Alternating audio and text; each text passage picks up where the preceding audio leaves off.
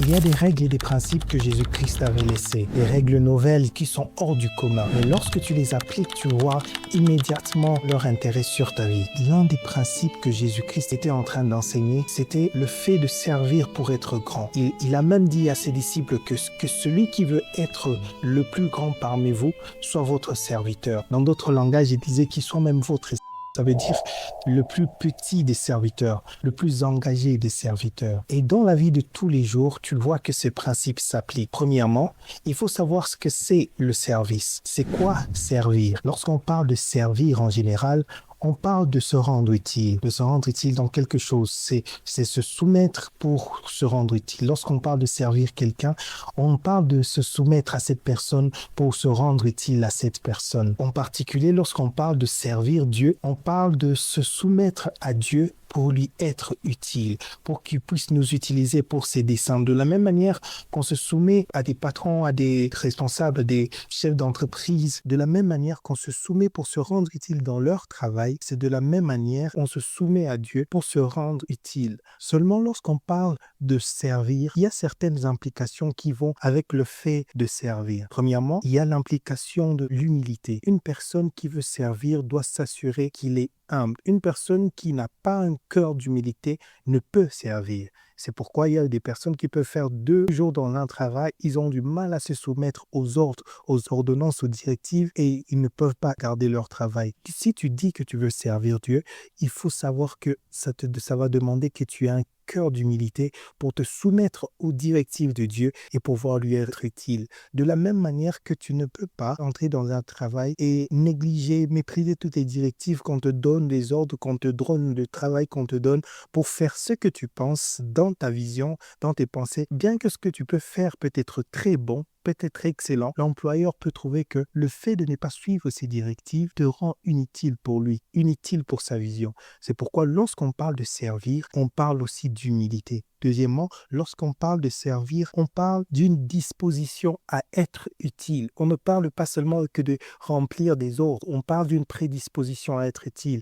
Jésus était en train de dire même, lorsqu'on te force à faire 1 mille, tu dois faire un autre 1000 avec cette personne. Lorsqu'on te pousse à faire 1 kilomètre, en anglais on dit des extra miles. Lorsqu'on te pousse à faire 1 kilomètre, tu peux ajouter un autre kilomètre. C'est que tu vas au-delà même de ce qui t'est demandé. C'est une prédisposition à être utile, à faire le nécessaire pour se rendre utile. Troisièmement, la personne qui sert doit s'impliquer pour l'expansion et la réussite de la vision de l'employeur. Ce n'est pas seulement servir, faire des choses, ce n'est pas seulement accomplir, cocher des cases, mais c'est réellement s'impliquer pour l'expansion et la réussite de la vision de l'employeur. Dans ce cadre-là où on est en train de parler en tant que chrétien, tu dois savoir que la vision pour nous, c'est de répandre le royaume de Dieu. On n'est pas seulement chrétien, je l'ai déjà dit, on n'est pas seulement chrétien pour porter des t-shirts chrétiens, on n'est pas seulement chrétien pour se vanter du nom de Jésus, on n'est pas seulement chrétien pour aller au ciel, on est chrétien aussi parce qu'on fait partie d'un royaume et nous devons travailler pour l'expansion de la vision de ce royaume. L'expansion de la vision de ce royaume, c'est que la volonté de Dieu doit être faite partout. Lorsque tu es en train de voir beaucoup de mal dans le monde, c'est qu'il y a encore des choses qui doivent être faites.